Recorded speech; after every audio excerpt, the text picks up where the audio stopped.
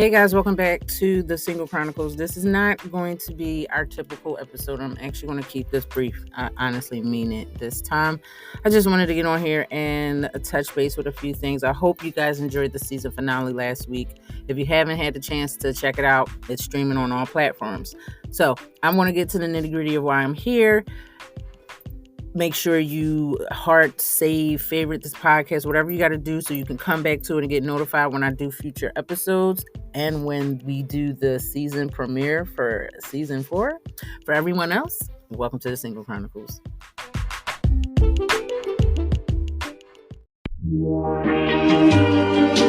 Missing someone.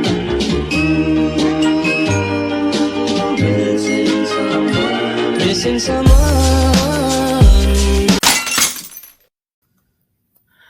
All right, guys. Like I said, I'm not going to keep you long. I just wanted to touch base on something. Sweet Christmas. I got to get my shit together.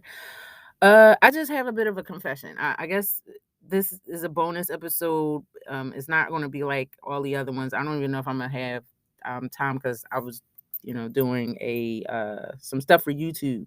So I'm not really going to be in the studio much longer. I do want to point out that I got some confession to do, some confessing to do before I don't want to go into a new season, and I don't want to wrap up this season without being 100 with y'all, because that's what the Single Chronicles is all about. It's about transparency. It's about being accountable. I can't have an accountability corner if I don't throw my ass in it from time to time.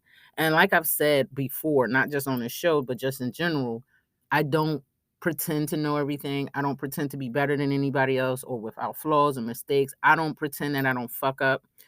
That's healing is not linear. We can heal all we want from some things, but that doesn't mean we're 100% healed. That doesn't mean that we're not going to fuck up or have an issue. Like, even people that, there are some people that don't slip up. Like, you got some alcoholics that never will have a drink ever again. Just don't look back. And then you got some people like, you know what? I'm going to have this beer just this once. But regardless of who you are in your path and your journey, you can't knock yourself for that. So I noticed that my healing path resulted, it led me to discover some of the things that,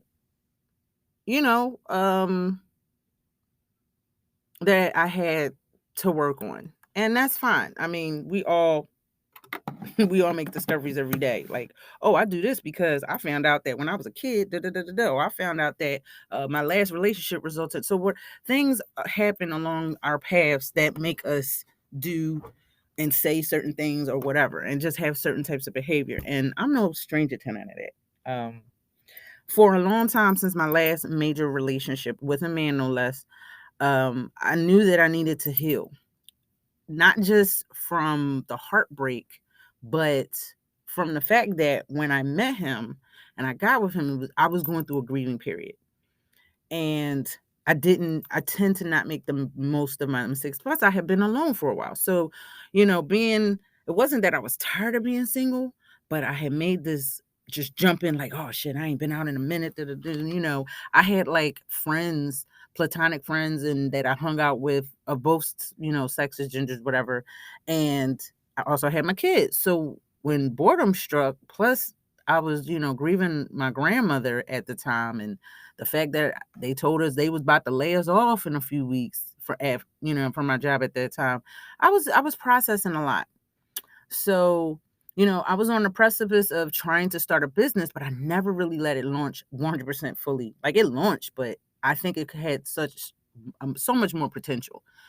And I think because I was nervous to take that leap, something I'm realizing I still do. So I have these projects and things and tasks and talents and endeavors that I do, and I'll see them through, but I don't fully I don't want to say I don't commit, because I do commit, but I don't fully trust the process, and I don't fully leap. Like, you have people say, all right, I'm gonna quit my job and do this and work here, or do this, or I'm gonna move. I'm gonna just up and pack my shit and leave. I never had that courage. So I'm looking back at that now. Now, when it came to love, it wasn't that I didn't have courage to not take that leap because honestly, looking back and even now, I still don't. The difference was it's not that I was, I had all this courage. I think I just didn't, I don't want to say I didn't care, but I think I was running from something. And honestly, if this makes any sense, I didn't have the courage to foresee a relationship with someone who wasn't problematic or who didn't have a red flag or who didn't violate one of the rules I had of dating. Because I've always had dating rules. And I always be like, oh, every time I break my dating rule, I live to regret it. And then next thing you know, I would be on some oh, well, you know what? Here, they're kind of cute. Or, you know what? They seem nice. And I break one of them cardinal rules, whatever it might be. And I only literally had like 3 at the time. I didn't have a lot, but I had 3 major rules that were unbreakable. And I remember twice, 2 different times I broke them. I broke them more than once, but the most recent was 2 times. And I was like, damn, why I do that? This was like, I want to say post relationship. So I want to say since 2017, I haven't made the brightest decisions. And I'm gonna keep it a bean with y'all. And I know I had the single chronicles, and I knew like after I started doing the podcast, like when I was still doing YouTube, I was I had a slip up here and there. But for the most part, I was cool. I was enjoying my solidarity.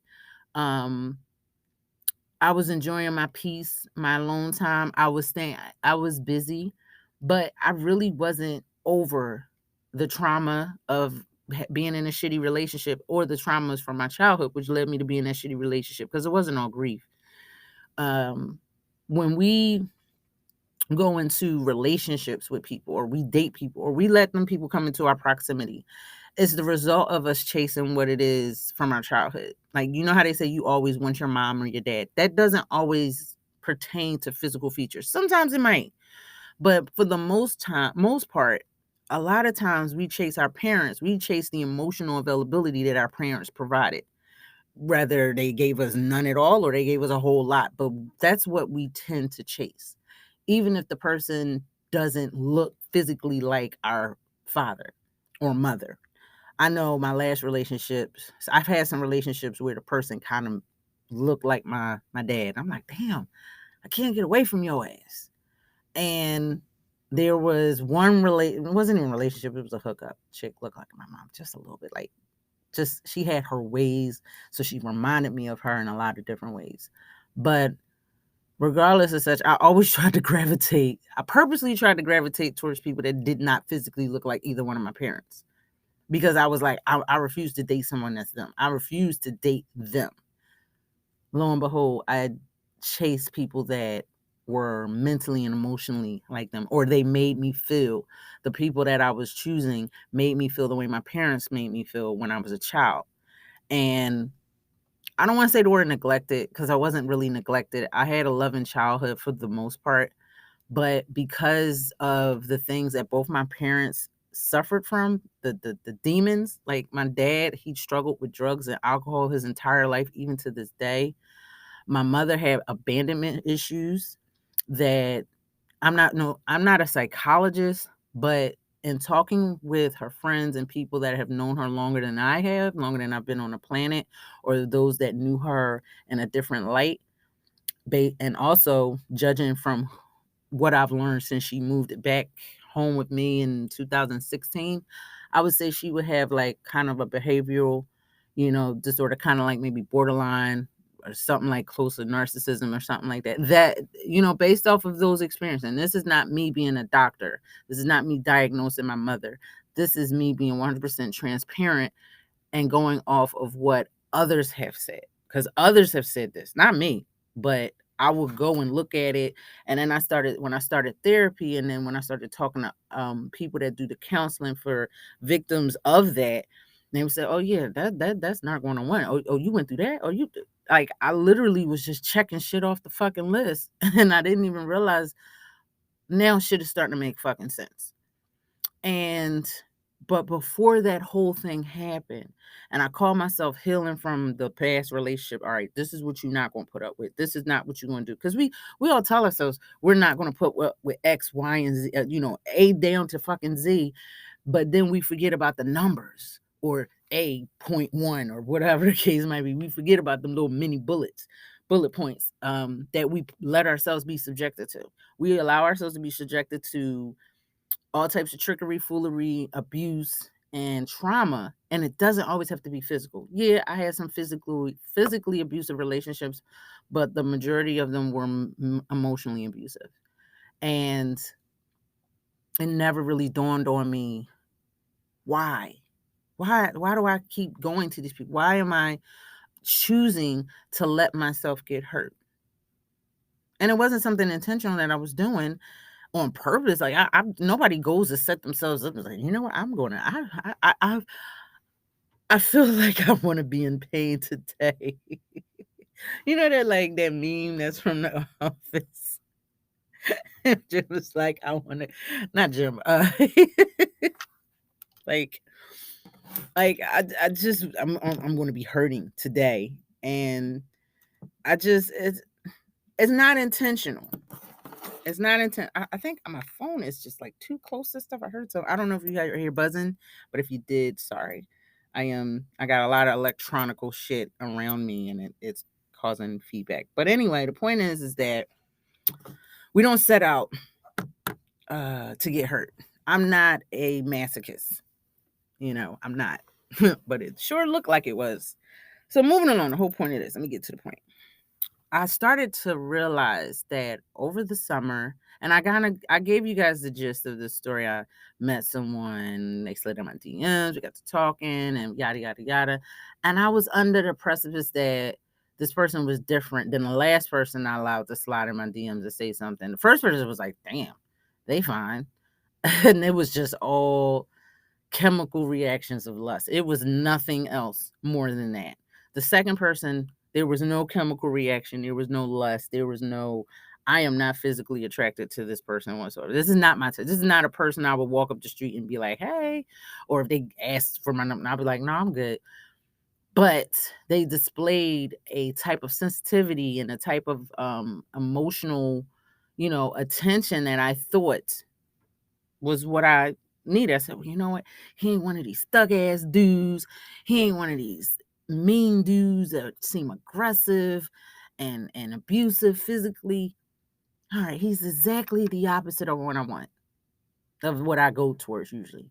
But he wasn't, because emotionally he was fucked up. He was fucked up emotionally because he had all these issues that he did not. He even said it. This is the part where girls run away.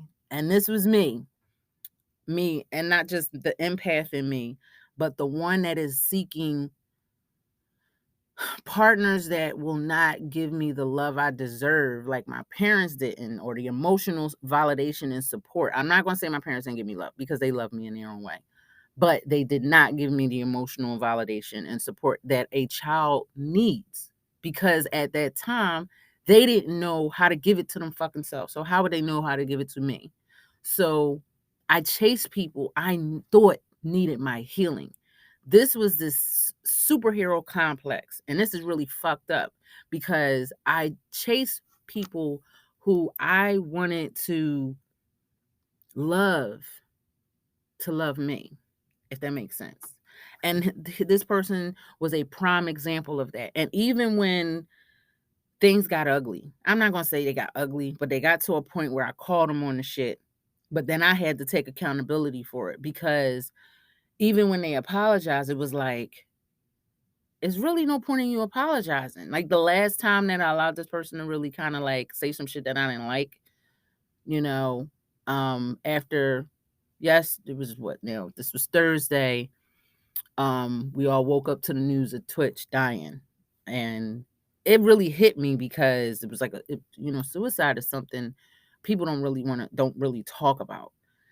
And it hit me. So my first reaction is to check on all of my friends and loved ones. So I put a post out there on social media, like, mental health check-in. How are you?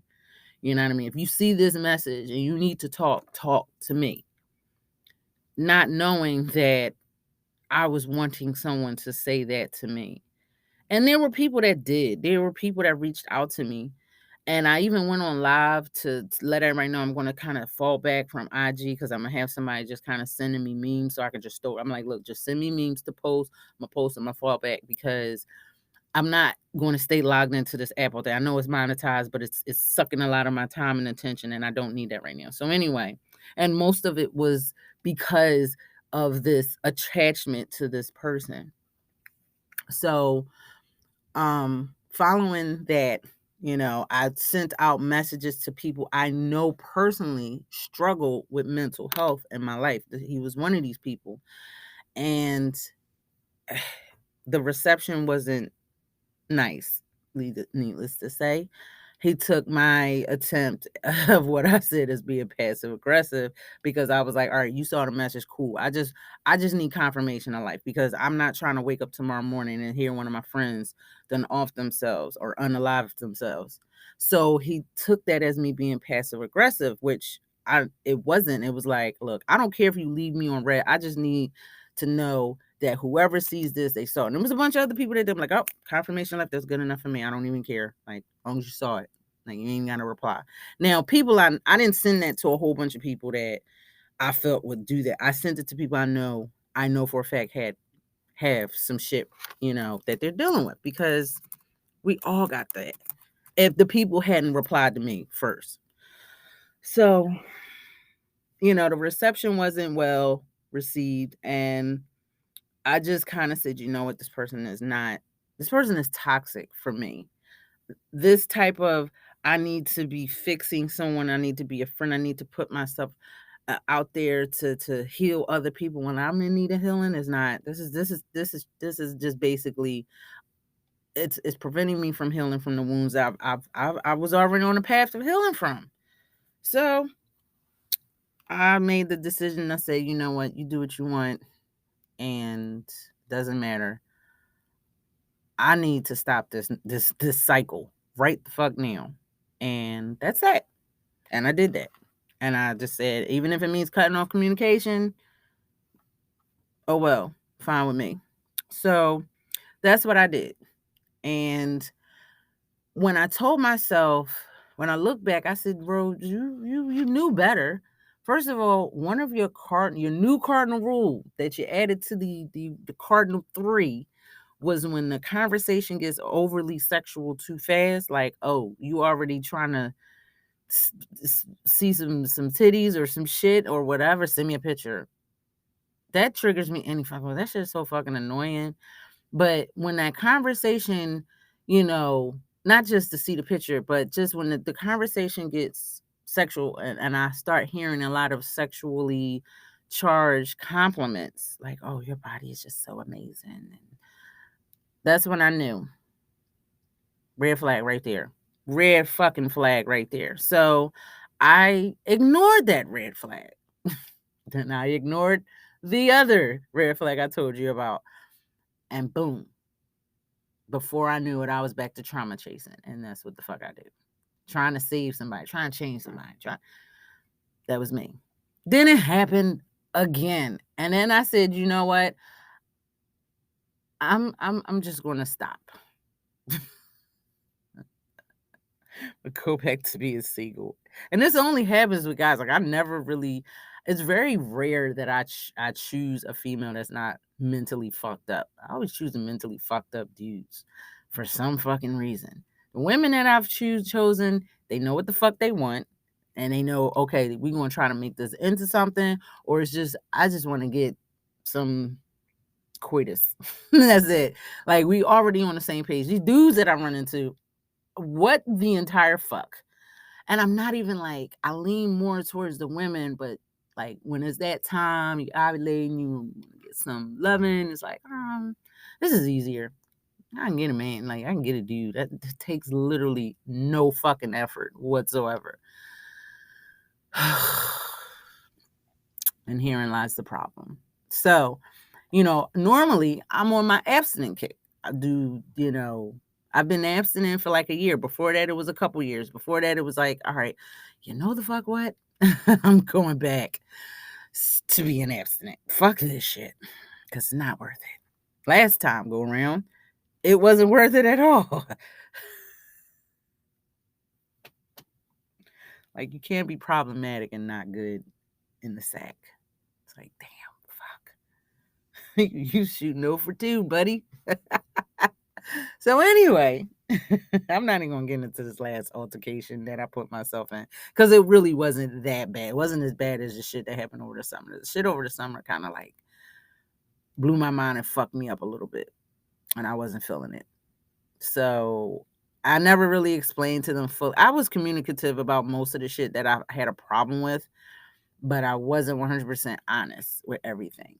And I felt that because I was communicative with the shit that I felt some type of way about, I didn't have to really be totally one. Like, at that point, it's like, all right, we could have addressed this when we addressed that, but damn, we can't even address it. It was a mess. And I knew then, I said, you know what?